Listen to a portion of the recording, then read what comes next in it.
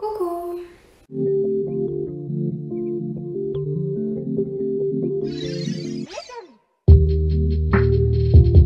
Bon, aujourd'hui on va faire une vidéo, j'allais dire une vidéo spéciale, mais non, faut arrêter de dire ça, c'est pas une vidéo spéciale du tout. On va simplement faire une vidéo TDI, dis-moi que tu as le TDI sans me dire que tu as le TDI.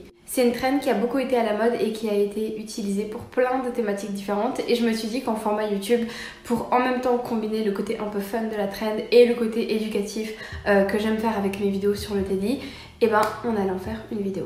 Donc je vais citer une liste avec plein de points qui concernent les gens qui ont le TDI, des systèmes en général, et je pense que les personnes concernées vont se sentir concernées par ces points-là et que les gens qui ont le TDI ont forcément vécu une de ces choses-là que je vais citer. Et je vais expliquer en même temps pour qu'on comprenne un peu mieux ce qu'est TDI et comment une personne avec le TDI le vit, pourquoi et comment ces points sont possibles. Mais petit disclaimer, les points que je vais citer ne sont en aucun cas des critères de diagnostic pour avoir le TDI. C'est pas parce que vous pouvez relate d'une certaine façon à ces points-là que vous avez forcément le TDI.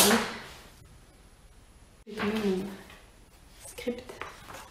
Donc je disais, c'est pas parce que vous allez pouvoir relate à certains de ces points-là que vous avez forcément le TDI, que vous pouvez vous diagnostiquer avec le TDI. C'est un diagnostic qui est pas compliqué à avoir mais qui est quand même assez complexe. Enfin, comme n'importe quel trouble, il y a toute une liste de diagnostics et on peut pas se diagnostiquer un trouble comme ça juste parce qu'on a regardé une vidéo YouTube. Donc voilà, c'était mon petit rappel.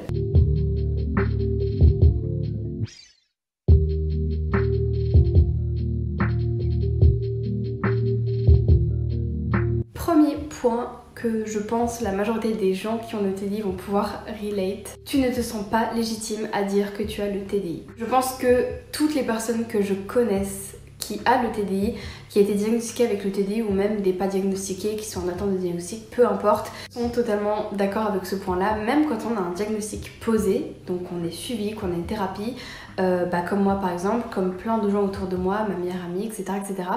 et ben on a un syndrome de l'imposteur. Et je pense que si on est tant à avoir ce syndrome de l'imposteur, c'est beaucoup parce que l'image du TDI en général est très controversée et très négative. Même si on sait à l'heure actuelle que le TDI est un réel diagnostic, qu'il n'y a pas de doute là-dessus, qu'il est diagnostiqué en France, qu'il est officiel, il a quand même une très sale image et les gens pensent que quand on dit qu'on a le TDI, on le dit pour rechercher de la fame. Donc les personnes qui ont le TDI vont pas forcément oser dire qu'elles ont le TDI parce qu'elles vont être confrontées à des gens qui potentiellement vont soit penser qu'elles mentent juste pour attirer l'attention. Ça c'est quelque chose qu'on nous sort tout le temps.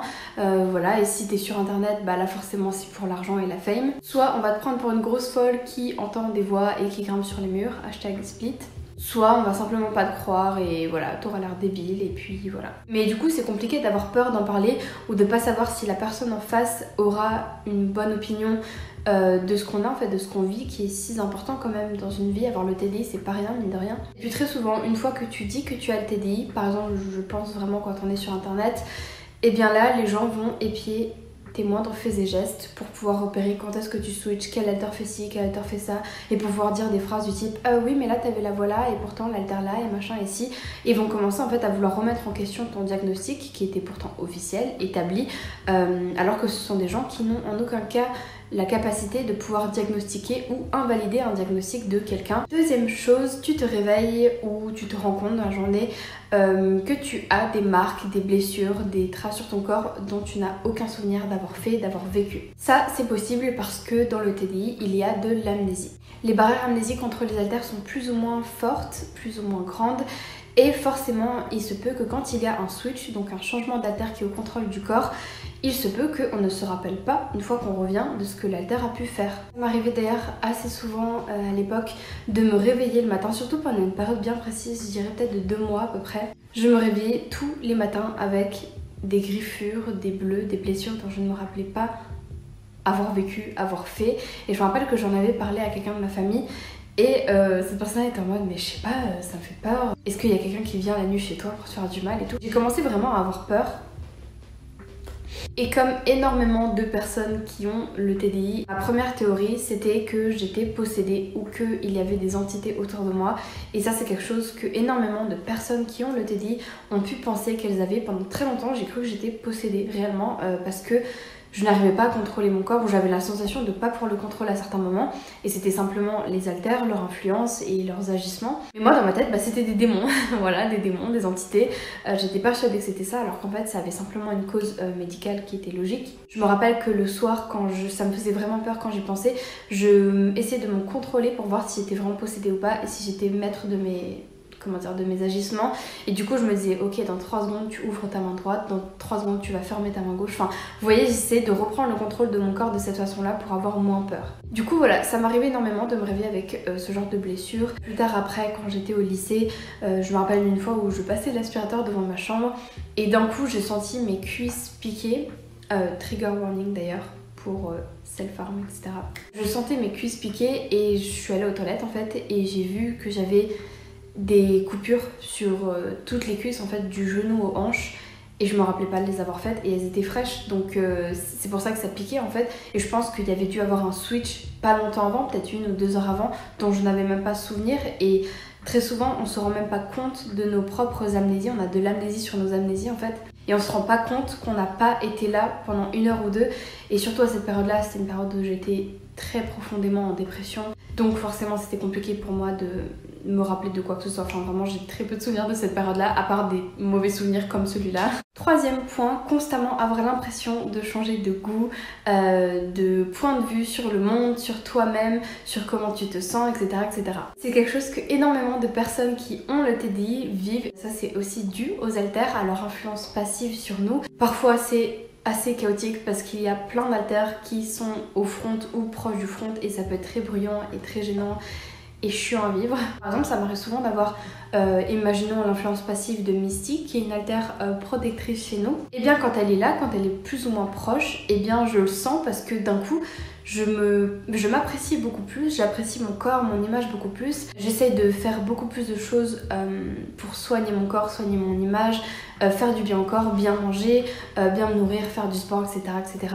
Contrairement à par exemple quand elle n'est pas là, Misty, ou alors qu'un autre haltère très différent, imaginons Ruby, qui est trauma holder et qui a beaucoup de problèmes, etc., un peu similaire au mien, et bien dans ce cas-là, je vais plutôt avoir tendance à skip des repas, à ne pas manger, à juste être là en mode j'ai envie de mourir, ce qui n'est pas très cool.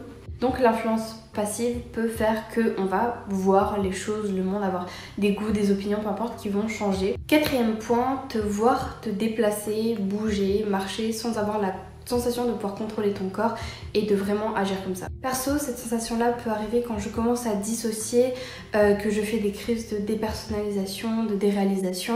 Je ferai d'ailleurs une vidéo pour expliquer plus en profondeur ce que sont ces termes-là, ce qu'ils veulent dire. Mais c'est quelque chose qui est très courant dans le TDI, chez les personnes qui ont le TDI, et c'est, je trouve, très désagréable. Ça donne une impression de ne pas être connecté à la réalité, et on a l'impression du coup que, enfin moi personnellement j'ai l'impression dans ces moments-là que s'il arrive quelque chose de grave, je vais juste constater que je suis en train de faire quelque chose qui me met énormément en danger sans pouvoir faire quelque chose en fait.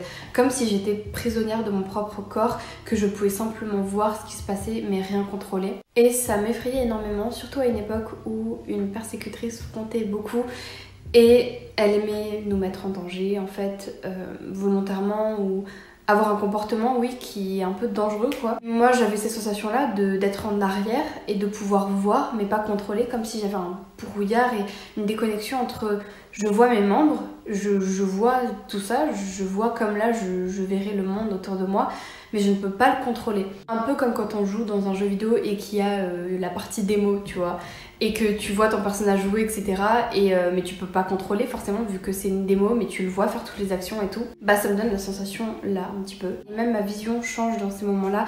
Je vois pas le monde tel qu'il est actuellement, je le vois un peu comme si c'était une image un peu statique, comme s'il y avait du bruit sur une image en fait. C'est très bizarre, mais voilà, rien ne paraît réel. Le ciel paraît pas réel, il paraît artificiel, comme les images Windows et tout. Enfin, je sais pas, c'est trop bizarre à expliquer, mais voilà. 5e point que je pense énormément de personnes qui ont le TDI vont pouvoir relate. Avoir des trous de mémoire de ta journée, ou même de mois entiers, de semaines entières et d'années entières. Comme je le disais en début de vidéo, l'amnésie c'est un point qui est très récurrent forcément dans le TDI, c'est un des critères diagnostiques. Et perso, ça arrive beaucoup que j'ai des trous dans ma journée où je ne me rappelle pas de certaines choses, que mon copain par exemple va me rappeler qu'on a mangé tel repas ou qu'on a fait telle chose, qu'on est allé dehors pendant un moment et j'en ai pas le souvenir parce que c'était un autre haltère qui était au front. J'ai aussi des périodes, des très grosses périodes de plusieurs mois où je n'ai quasiment aucun souvenir. C'est le cas par exemple pour la période de fac. En fait, je n'ai quasiment aucun souvenir de la fac. Je me rappelle de certains prénoms de gens de ma classe, mais je ne vois plus les visages, je ne me rappelle plus de rien. Tout est très flou, comme si j'avais jamais vécu cette période-là. Et c'est simplement parce que c'était d'autres haltères qui allaient énormément en cours et moi j'étais beaucoup plus en retrait. Et à la limite, quand je frontais, c'était en co-front avec d'autres haltères et j'avais pas le contrôle complet du corps parce que j'étais en dépression sévère et ça n'allait pas du tout. J'ai très peu de souvenirs de ma période de dépression. J'ai l'impression que c'était une boucle, en fait une journée infinie qui a duré 2 ans à peu près. Et bien oui, j'ai l'impression que c'était la même journée en continu qui a duré pendant 2 ans et qui ne s'est jamais arrêtée. Et puis d'un coup, pouf, j'en suis sortie. C'est la seule façon dont je me rappelle de cette période-là.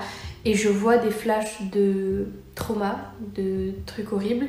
Et c'est tout. En fait, je me rappelle de rien d'autre. Donc c'est super. 6e point qui rejoint le point que j'avais fait un petit peu plus tôt, qui est ne pas réussir à différencier ou avoir du mal à différencier la réalité des rêves. C'est quelque chose que j'ai beaucoup dit à mon copain quand on a commencé à sortir ensemble, le fait que très souvent je ne me rendais pas compte si mes rêves s'étaient passés dans la réalité ou si la réalité s'était passée dans mes rêves. Encore une fois, une sorte de déconnexion qui se fait suite à de la dissociation, des réalisations, des personnalisations. Ça m'arrive énormément dans la journée de penser à quelque chose que j'ai fait à mon copain ou dit. Et il me dit bah non, on n'a jamais fait ça. Et en fait, petit à petit, je me rends compte que je l'ai simplement rêvé pendant la nuit et que ça s'est jamais produit dans la réalité. Et du coup, ça arrive très souvent que je fasse mention à certaines personnes de choses qui dans ma tête, bah forcément c'est logique, ça s'est passé, je pourrais le dater, l'expliquer, etc., etc. Mais non, ça s'est jamais produit en fait. Ou au contraire, des gens autour de moi par exemple vont faire allusion à des choses qu'on a faites ensemble ou des endroits où on est allé, etc., etc. Et moi je suis en mode mais je lui ai raconté mon rêve il y a pas longtemps ou c'est comment? Parce que je suis persuadée que ce que j'ai vécu dans la réalité ou ce qu'un haltère a vécu dans la réalité c'était simplement produit dans mes rêves et que bah, ça s'était jamais produit dans la réalité quoi. Je pense que ça marche aussi beaucoup chez moi parce que mes rêves quand je dors la nuit sont très réaliste. J'ai entendu des témoignages de gens qui disaient que leurs rêves n'étaient pas forcément réalistes ou qui voyaient d'un point de vue omniscient, où ils voyaient pas toutes les couleurs et pas tout détaillé, que les décors étaient flous, que c'était en noir et blanc, ce genre de choses. Chez moi, c'est aussi réel que la réalité. Je ressens toutes les choses énormément dans mes rêves et tout est en couleur et en texture et en volume. Les proportions ne sont pas modifiées et tout est comme là je vois le monde en fait. D'où le fait que très souvent mes rêves me rendent très mal. En fait je ne fais quasiment que des cauchemars la nuit. C'est très rare que je fasse des rêves. Je fais des cauchemars et au réveil ça m'arrive très souvent d'être mal parce que j'ai l'impression d'avoir vécu quelque chose d'horrible réellement alors que c'était juste une création de mon cerveau. Ça m'arrive aussi énormément de pleurer pendant la nuit quand je fais mes cauchemars et je me réveille avec des larmes sur mon visage. Donc c'est pas très agréable, mais voilà, je pense que ça n'arrive clairement pas qu'à moi. 7e petite chose où des gens qui ont le TDI vont pouvoir relate, je pense, qui n'est pas très sympathique. Avoir des flashbacks de traumatismes, de trucs horribles qui te sont arrivés et ne pas pouvoir continuer à vivre ou continuer ta journée parce que ça te met très mal. On le sait, le TDI c'est un trouble qui survient suite à des traumatismes. Donc forcément, qui dit traumatisme dit très souvent flashback de traumatisme, réminiscence des traumatismes.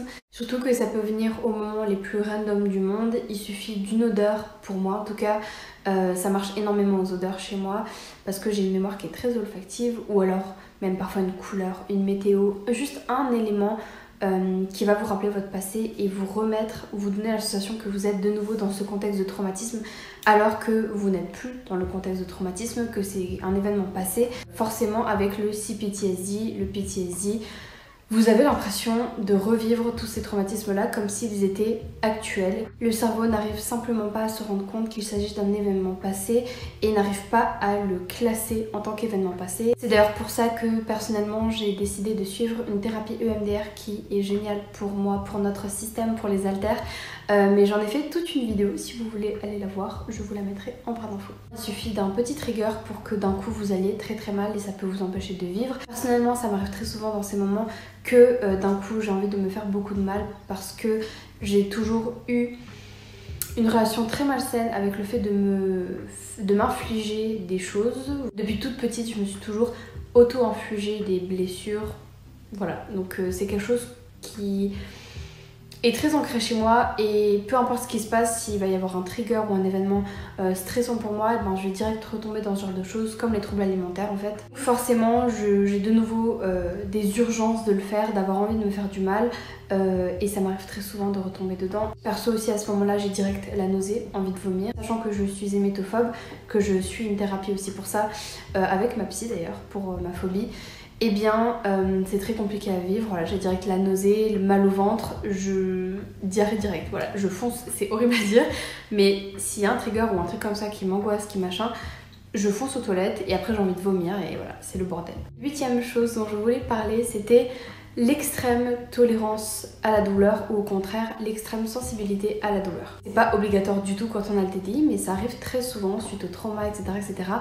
qu'on soit dans l'un, soit dans l'autre. Personnellement, je suis dans la team extrême tolérance à la douleur et ça, je pense que c'est aussi avec mon background de traumatisme physique en fait, où au final c'est horrible, mais tu encaisses et je m'auto-infligeais surtout énormément de blessures. Comme ça, je répétais en gros ce que les abuseurs faisaient sur moi, me punir pour voilà, enfin c'est compliqué le cerveau. Donc je pense que c'est surtout à cause ou grâce, c'est horrible à dire, de mon background de je m'auto-inflige des douleurs et j'ai le besoin de me faire du mal et de me faire souffrir le plus possible physiquement et du coup mentalement, que j'ai une extrême tolérance à la douleur. Pour parler de mon cas, c'est sûr que forcément ça peut mener à des actes très dangereux parce que, en tout cas pour moi, c'est mon expérience, dites-moi si c'est votre cas pour vous aussi. Et souvent, étant donné que j'ai cette extrême tolérance là à la douleur et en même temps cette addiction de l'automutilation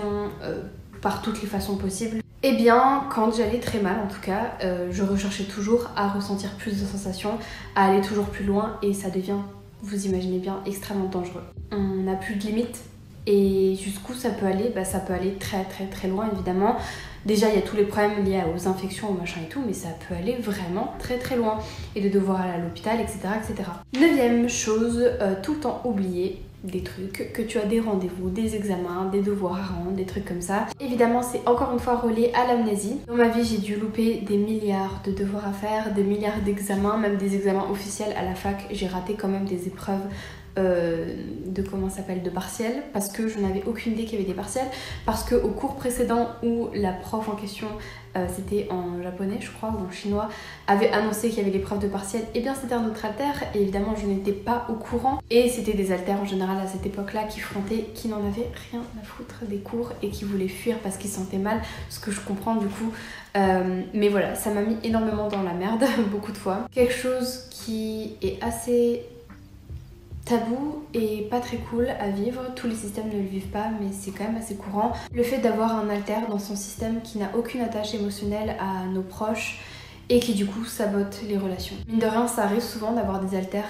pas forcément des alters persécuteurs, mais des alters qui n'ont pas d'attache émotionnelle à nos proches, par exemple qui ne voient pas mon copain comme mon copain, qui sont là en mode oui bah je m'en fous de lui, voilà, je sais qu'il est important pour toi mais pour moi il ne représente rien. Ça fait mal parce que ces alters là peuvent faire de la merde et puis une personne en face qui vit avec quelqu'un qui a le TDI ou qui est amie avec quelqu'un qui a le TDI, qui sort avec quelqu'un qui a le TDI, n'a pas à subir le comportement d'autres alters sous prétexte que ces alters là n'ont pas d'attache émotionnelle. On n'a pas à faire vivre ça, on a une responsabilité en tant que système, on ne peut pas laisser notre système faire du mal aux gens qu'on aime nous quand même très sincèrement.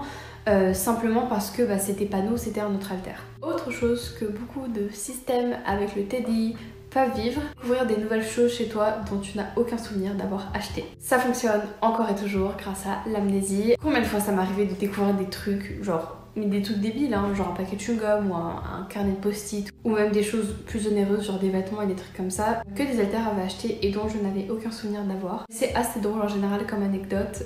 Bon après ça l'est beaucoup moins si c'est des trucs chers que tu peux pas renvoyer, là ça fait mal et ça fait peur. D'autres cas liés à l'argent auxquels je pense, s'il y a des alters qui sont pas forcément au courant ou qui oublient de payer les impôts, les factures, etc. Dans notre système, c'est toujours moi ou Violette qui s'occupe de ce genre de choses, donc ça va, on a une assez bonne organisation. Une autre chose que j'ai constaté chez pratiquement tous les gens que je connais, qui ont le TDI, c'est le fait de se faire du mal. J'en ai un petit peu parlé précédemment dans la vidéo, mais ouais, c'est très courant que ce soit par l'automutilation, par les troubles alimentaires, par n'importe quoi. Ça arrive très souvent qu'on se fasse du mal parce que en tant que personne qui avons été abusées, très souvent pour cope avec tout ça, eh bien on s'auto-inflige le mal. Souvent on a l'impression de le mériter, on veut se punir. Et c'est quelque chose qu'on nous a appris à faire dans notre enfance. Tu as fait de la merde, on va te punir par telle ou telle atrocité. Et en tant qu'enfant, on grandit avec ce genre de mécanismes-là qui nous paraissent logiques dans notre tête. Parce que oui, le TDI, forcément, ça vient suite à des traumatismes vécus dans l'enfance. Donc au moment où tu es censé te construire, et c'est à cette période-là très cruciale qui va faire que tu vas devenir l'humain que tu es en grandissant en général, en étant adulte, bien grandir et vivre les premières années de sa vie avec ce genre de mécanisme très malsain, forcément ça crée des répercussions sur une vie entière. Je pense que je vais m'arrêter là pour la vidéo. J'ai cité énormément de points en essayant d'expliquer au maximum pourquoi et comment c'était possible. Et dites-moi si vous êtes un système TDI, si vous avez relate à ces points-là et à quel point spécifiquement, à combien de points vous avez relate. Si cette vidéo vous a plu, je vous ferai une partie 2 parce qu'il y a tellement de choses à dire par rapport au TDI. Et surtout, je me dis que c'est une façon même assez ludique pour les personnes qui n'ont pas le TDI de comprendre comment on peut le vivre. Voilà, je trouvais ça plutôt cool comme principe. Donc dites-moi en commentaire si ça vous a plu. En attendant, vous pouvez nous suivre sur Instagram. Voilà, on poste plein de trucs quasiment tous les jours. Vous pouvez nous suivre sur Patreon pour nous soutenir financièrement. Vous pouvez aller voir tous les petits abonnements que je propose qui sont plutôt chouettes. Et n'oubliez pas de vous abonner à notre chaîne si mes vidéos vous plaisent. Ça me ferait très plaisir et ça m'aiderait énormément. N'hésitez pas aussi à liker la vidéo si vous l'avez aimée. Et en attendant, je vous fais plein de gros bisous.